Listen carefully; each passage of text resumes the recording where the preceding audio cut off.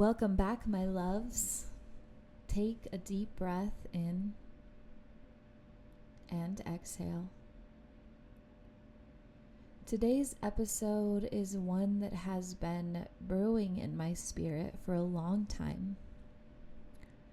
And I know if you're here, it's because you feel it too. The world is shifting. Systems are crumbling, and the revolution is not coming. It's here. But the revolution isn't just about loud protests and burning down the old. It's also quiet, steady. It's in how we pull back, how we reclaim our sovereignty, how we refuse to feed a system that was never meant for our liberation. And most importantly, it's how we sustain ourselves along the way. Because this is not a quick battle. It's a lifelong shift.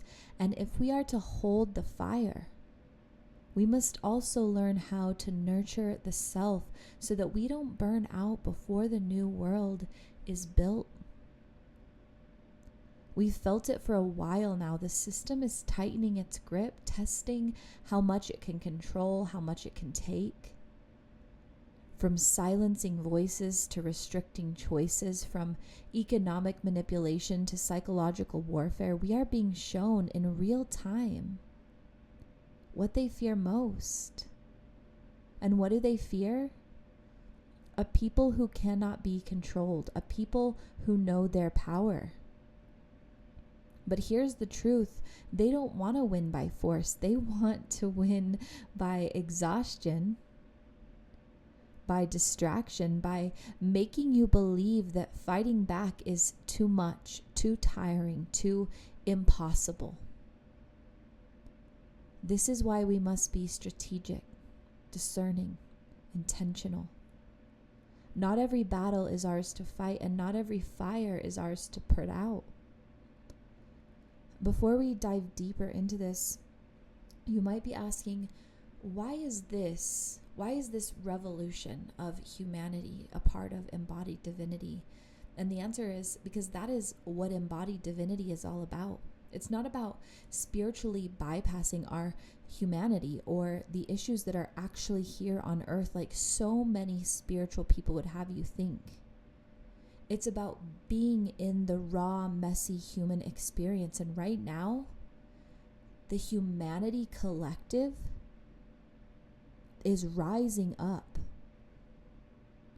and reclaiming our sovereignty individually and together. And it's such a beautiful, powerful thing. And we have the privilege of being a part of it. Our consciousness, who chose to incarnate in this lifetime, chose this specific timeline for a reason, for a purpose.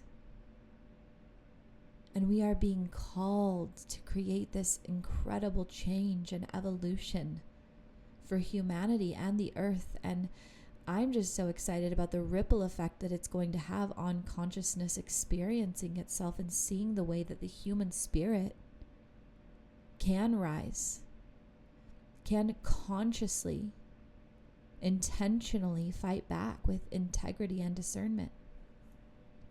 So, how do we fight without burning out? And I use the word fight here because it has an energy about it, and it doesn't have anything to do with violence. It has this energy of defending ourselves from an oppressive system. And I want to be clear, the issues we're facing now are systemic.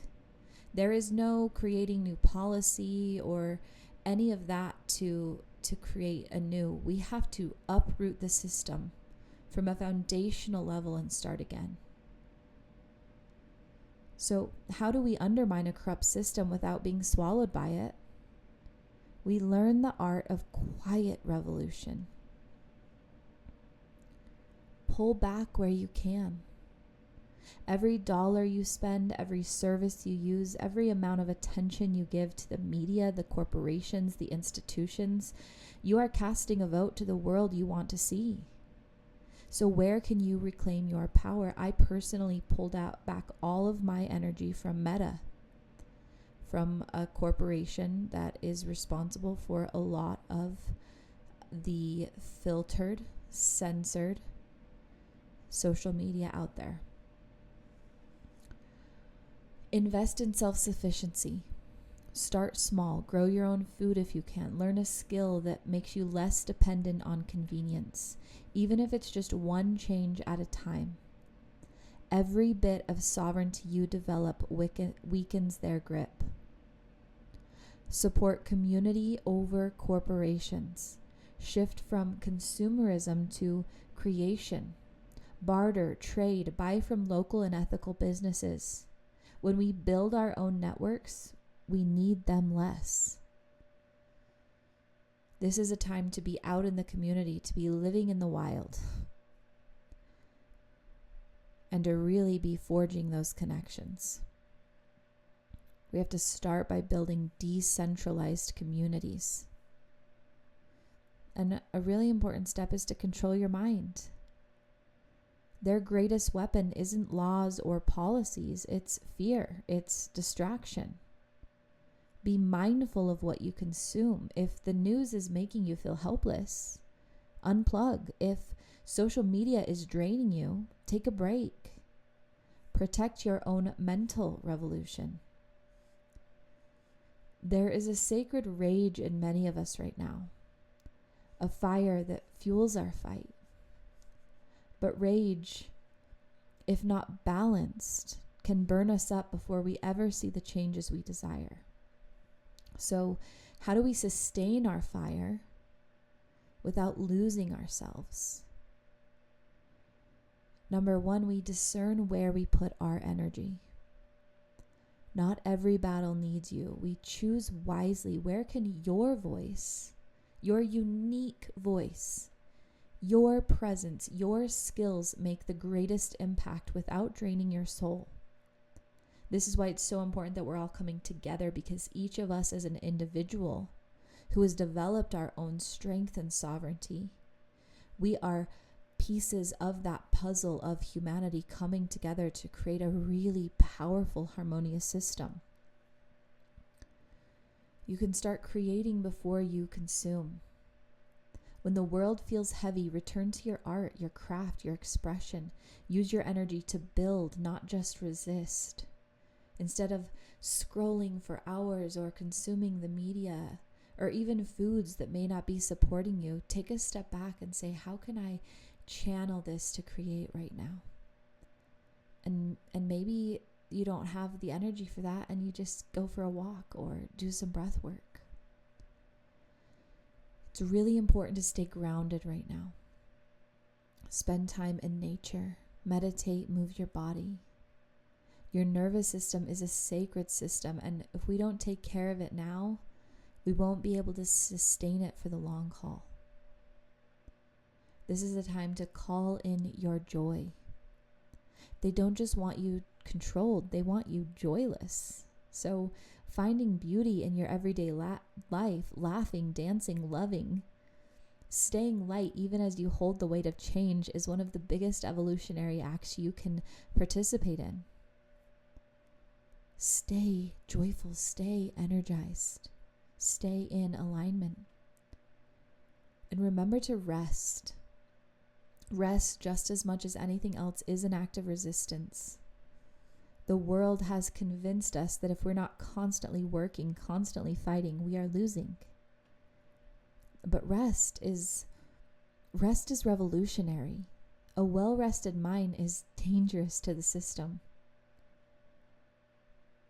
And I want you to remember that not everyone is called to the front lines. Not everyone's role is to scream from the rooftops or protest in the streets, but we do all have a role in this revolution. Some of you are here to speak, to teach, to illuminate people's minds. Some of you are here to build, to create the systems that will replace the old. Some of you are here to heal. to hold space for those who are breaking free. Some of you are here to nurture, to feed, to nourish, to care for the warriors so they can keep going. All are needed. None are small. So if you ever doubt your place in this movement, just ask yourself, how can I be of service to the world I want to see? I know that there are so many emotions right now. There are so many heavy energies, and it can feel so disorienting, especially when so many of you I know have mammoth responsibilities, still trying to sustain jobs in a society that doesn't support you, still trying to find balance in family life in a society that doesn't allow for it. I know it can feel so heavy, and I want you to remind you that this is the long game. It's baby steps and big deep breaths all along the way. It's holding that intention in your heart, fanning the flame, keeping this revolution alive inside of you if you can do nothing else. Remembering that you are a divine sovereign being. As we move forward, let's remember, this is a long game. We are building something that cannot be taken from us.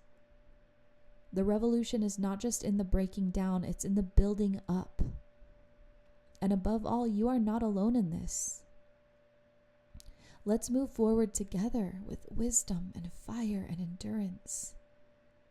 Let's build communities and connections and get back to the root of what humanity really is: collaboration and love and connection. You're going to keep hearing about this from me in one form or another. And this week, we not only have some powerful affirmations coming out to help remind you of your own sovereignty and inner authority, but a powerful guided meditation where you actually get wisdom and guidance from your own spiritual warrior. So tune in this week for those extra resources. My book, Breathe Deep and Plan on Miracles, is a powerful tool for keeping us sustained. I personally flip open to a new page every day and hear what Source has to remind me of. And you can find resources for all of this in my bio, wherever you're watching this. And more than anything else, stay connected. I love hearing from you. I love reading your comments and connecting on all of the platforms. Thank you for being here. Thank you for being part of this shift. Until next time, breathe deep and plan on miracles.